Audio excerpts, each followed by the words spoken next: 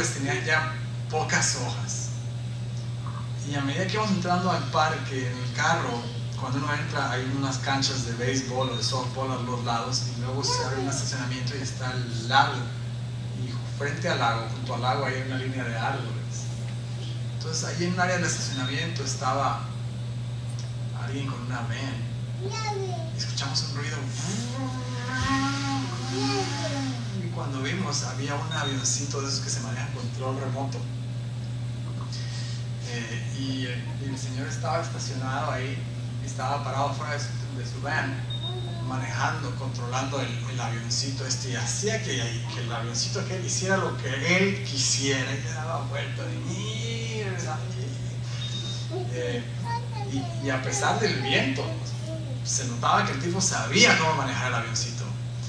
Y le dijeron, miren, y todos estábamos con la boca abierta, viendo el avioncito, y pasaba y regresaba el avioncito, y regresa otra vez. Entonces, así como muy despistadamente nos fuimos acercando más hacia donde estaba el hombre, y el señor seguía manejando su avioncito, nada lo distraía, seguía, y parecía a veces que se iba a chocar contra los árboles y daba la vuelta y regresaba, y el viento parecía que lo quería jalar y el avioncito seguía. Yo siempre quería tener uno de esos avioncitos control remoto, pero tengo miedo que después de los primeros 3 minutos va a terminar en un árbol.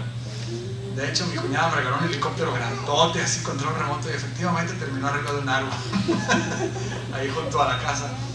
Entonces me decía, ve y pregúntale dónde lo compró y cuánto le cuesta.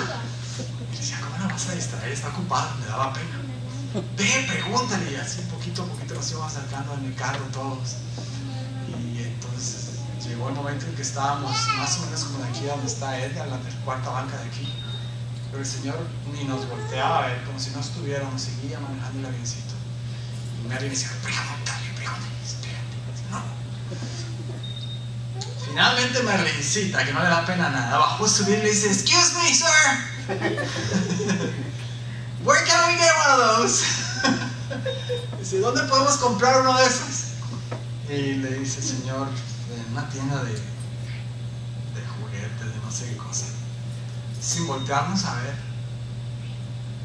Y entonces ya agarré yo valor y le pregunté, ¿y son muy difíciles de maniobrar? Entonces el hombre aquel que hasta en ese entonces no nos había ni volteado a ver, mientras seguía manejando el avión, y me dijo, algunos sí, pero este en particular puedo manejarlo hasta sin ver. Tardó más en decirlo cuando volteó a ver el avioncito otra vez, y el avioncito iba directo a un árbol, y yo pude ver que trató de levantar el estrellado en el árbol. Yo casi quería subir el virus. Entonces el hombre no dijo nada, actuó como si era algo, una gran cosa, y se fue caminando a su van. Tenía unos aviones más grandes allá atrás de su van. Entonces yo agarré, subí mi vidrio y me arranqué y me fui para el otro lado, a la sección donde están los columpios.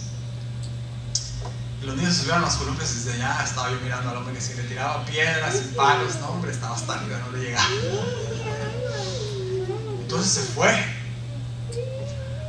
Y cuando se fue yo no veía si estaba el avión ahí, será que lo bajó, y me fui con Pablito, allá vamos los dos, Pablito estaba chiquito. Y allá estaba el avioncito todavía trepado hasta allá arriba. Dije, no puedo creer que se fue el avión aquí. Pues regresó en unos cuantos minutos, que nosotros caminamos hacia esa sección, regresó otra vez, yo me imagino que vivía cerca, y venía con una pistola de esas de salvo, un BB gun, para dispararle. Y no me recuerdo, le dije algo tratando de ser amable. Me dice, es que la verdad es que no deberían de hablarle a alguien cuando está operando el avioncito. Se fue a enseñar, me regresé otra vez a los columpios. Seguimos un rato ahí. Finalmente estaba haciendo ya de noche y agarramos y nos subimos al carro y nos fuimos. Y el hombre se quedó ahí y el avioncito seguía allá arriba. Cuando regresamos la siguiente vez, unas semanas después, obviamente el avioncito ya no estaba, no supe si lo pudo bajar o cómo lo bajó. Pero me da risa hasta el día de hoy recordar esa historia, porque el hombre ciertamente era bien diestro en manejar el aparato ese. Pero tan pronto como quitó los ojos del aparatito aquel y su arrogancia se dejó entrever, fue ese su mayor desastre. Ese fue su error. Ciertamente no le deberíamos de haber hablado, pero últimamente fue él quien decidió voltear a ver a mí para decirme que podía manejar el avión sin mirarlo.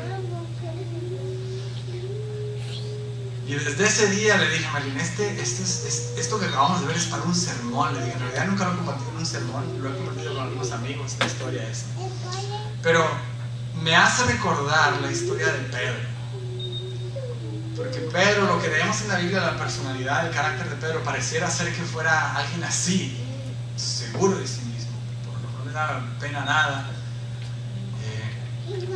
Entonces, me hace recordar el incidente que Mateo registra en el capítulo 14, si quieren buscarlo en sus Biblias, y lo voy a leer con ustedes. En aquella ocasión cuando estaban en medio del mar en una tormenta y Jesús se les apareció. Y Pedro le dijo, si eres tú, déjame que yo brinque al agua contigo. Dice Mateo capítulo 14, versículos 22 en adelante. Voy a leer toda la historia, solamente son 9 versículos, o 10, 11 versículos. Dice, enseguida Jesús, versículo 22 de Mateo 14, enseguida Jesús hizo a sus discípulos entrar en la barca e ir delante de él a la otra ribera, en tanto que él despedía a la multitud. Despedida la multitud, versículo 23, subió al monte a orar aparte, y cuando llegó la noche, estaba allí solo. Y ya la barca estaba en medio del mar, azotada por las olas, porque el viento era contrario. Mas a la cuarta vigilia de la noche, Jesús vino a ellos andando sobre el mar. Y los discípulos, viéndole andar sobre el mar, se turbaron diciendo, ¡un fantasma! Y dieron voces de miedo. Pero enseguida Jesús les habló diciendo, tened ánimo, yo soy, no temáis. Versículo 28, entonces les respondió Pedro y le dijo, Señor, si eres tú, manda que yo vaya a ti sobre las aguas.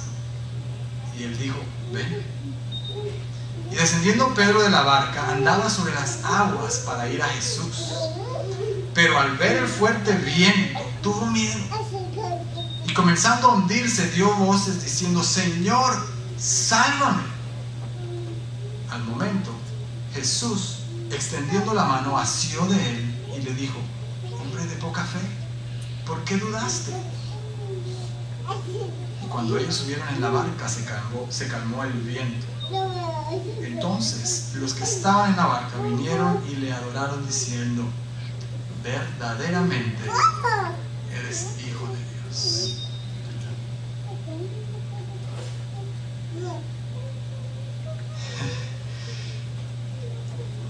Yo para empezar me hubiera tirado al agua, ¿no? Pero Pedro vio y conocía a Jesús y dijo, si eres tú, déjame que yo brinque al agua contigo. Y Jesús dijo, ven. Y sin pensarlo dos veces, Pedro se avienta al agua en medio de la tormenta. Dice que estaban espantados porque estaba la tormenta fuerte. Y en medio de la tormenta Pedro se avienta al agua en aquella noche tempestuosa. Y entonces empieza a caminar hacia Jesús sobre el agua sin hundirse. Y Elena de White, describiendo este evento, ahonda un poquito más allá, y de hecho dice que cuando Pedro se sintió seguro de que podía caminar sobre el agua, que estaba haciendo algo que es inaudito hasta el día de hoy, volteó a ver a sus amigos en una expresión como diciendo, what you think about this? A ver, hagan ustedes. Y entonces voltea a ver a los amigos, y en ese momento Pedro empieza a hundirse. Continúa diciendo Elena de White que las enormes olas, cuando quiso tratar de ver a Jesús, las enormes olas parecía que no lo dejaban ver más a Jesús, y sintió que se hundía. Y entonces fue cuando clamó a Jesús que lo ayudara, y Jesús lo toma de la mano y le dice, hombre de poca fe.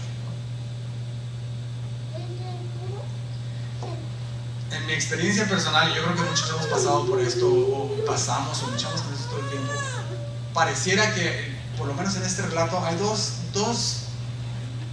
dos cosas que nos hacen alejar nuestra vista de Jesús. La primera, que es la que le pasó, que le sucedió a Pedro, es que la autosuficiencia. Yo he hecho esto tantas veces que ya sé cómo se hace, no necesito que Dios me ayude. Creemos que ya tenemos todo bajo control, no necesitamos de Dios para hacer esto o aquella cosa, solamente guardamos a Dios para cuando sea una necesidad grande, cuando sea algo que yo no puedo hacer, entonces voy y le pido a Dios, sácame del hoyo porque no puedo. Y ese es el problema que tuvo Pedro. Cuando él pensó que podía caminar solo sobre el agua por su propio mérito, en lugar de mantener la vista puesta en Jesús, que era quien lo mantenía ahí, él miró para los demás para que vieran lo que él podía hacer. Y es una gran tentación que muchas veces tenemos. A medida que tenemos un éxito aquí o allá, o podemos prosperar de alguna u otra manera, pensamos que ya tenemos esto bajo control. O tenemos un problema que ya tuvimos antes, pero nos fue a ver la vez pasada, así que ya sabemos cómo arreglarlo y tratamos por nuestro propio mérito. Aún Moisés hizo eso. Aún Moisés, cuando Dios le dijo que fuera y le hablara a la peña por la segunda vez cuando necesitaban agua, él ya sabía que si le pegaba a la piedra podía hacerla que saliera agua. Pero esta vez Dios le había dicho, necesitas hablarle. Pero Moisés, confiado en lo que ya sabía que podía hacer, dijo, I can do this. Fue y golpeó a la peña. Y eso le costó el no poder entrar a la tierra prometida. Pues este fue lo que le pasó a Pedro. Otra razón por la que muchas veces no podemos poner nuestra vista en Jesús es lo que le pasó inmediatamente después. Cuando trató de voltear a ver a Jesús, entonces las enormes olas en la oscuridad, las olas de las dificultades, los problemas, parecía que no dejaban que él pudiera ver a Pedro y a Jesús. Y muchas veces las personas perdemos la fe cuando nos pasa una tras otra y tras otra. Y digo, ¿dónde está Dios? Estaba leyendo esta tarde la historia de una mujer adventista en la época de la Segunda Guerra Mundial. Era secretaria en la conferencia franco-belga allá en París cuando Hitler invadió Francia. Y la historia contaba que esta muchacha, su hermano principalmente, hicieron una red, no me recuerdo el nombre de la red que llamaban, para rescatar a judíos de los nazis. Y entonces tenían una manera en que los sacaban del territorio nazi, porque ya se les había expandido casi por toda Europa, y los llevaban a Bélgica y de ahí los transportaban a Suiza para liberarlos de los nazis. Eventualmente esta gente se dieron cuenta de que el hermano de ella estaba liberando judíos y pusieron una recompensa por $5,000, me parece, en aquel tiempo o algo así, o eran francos, el equivalente a $5,000 eran francos la recompensa, y lo andaban buscando por todos lados. Eventualmente fueron a las oficinas de la conferencia en París, porque París habían tomado París los alemanes. Fueron a las oficinas de la conferencia y la tomaron presa a ella y la llevaron a un campo de concentración, la torturaron queriendo saber dónde estaba su hermano. De hecho, la sacaron de París unos cuantos días antes de que los aliados llegaran y liberaran París, y la llevaron a Polonia, me parece. El caso es que la fueron moviendo de lugar a lugar justo donde venían los aliados salvando, y en la prisión en la que la tenían, los aliados llegaron y los nazis mataron a todos los presos que tenían, pero por alguna razón a ella la lograron sacar antes y la encontraron todavía viva los aliados, pero 5 días después ella murió por las enfermedades, todos los daños que había sufrido y las enfermedades. Cualquiera pensaría que esta mujer, por todas las dificultades que tuvo que pasar, perdió de vista que Dios estaba en control. Y me llamaba la atención un artículo que decía, ciertamente no podemos contestar muchas veces o entender el porqué del sufrimiento en el pecado, pero podemos descansar seguros que hay una respuesta, y aún detrás de esto Dios está en control de nuestras vidas. Aún en la noche más oscura y en la tormenta más grande, Jesús está observándonos. Me llama mucho la atención que Elena de White dice que Jesús conocía el carácter de cada uno de los discípulos Y al permitir que Pedro fuera probado de esta manera, déjenme leerlo para ustedes, dice: Jesús sabía cuán intensamente había de ser probada su fe, y en este incidente sobre el mar deseaba revelarle a Pedro su propia debilidad para mostrarle que su seguridad estaba en depender constantemente del poder divino. En medio de las tormentas de la tentación, podía andar seguramente tan solo si, desconfiando totalmente de sí mismo, confiaba en el Salvador.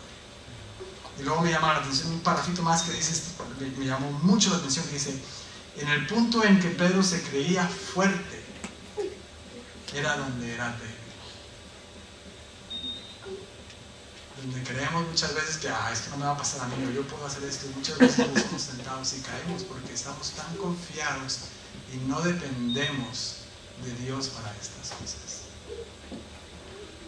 La invitación en esta noche es que mantengamos nuestros ojos puestos en Jesús, que aprendamos a depender de Él en las pequeñas cosas y también en las grandes dificultades, que podamos entender que cada éxito, que cada logro, que cada bendición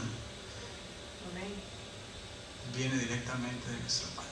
Amén. Y que podamos aprender a caminar asidos de su mano, a incluir a Dios en cada una de las decisiones que tenemos que tomar, no importa cuán pequeña o cuán grande sea. El Señor quiere ser parte de nuestras vidas. Jesús nos dijo: separados de mí, nada puedes hacer. Mantengamos los ojos en Jesús. Amén. Y Él tiene un plan especial para nosotros. Que Dios los bendiga. Amén.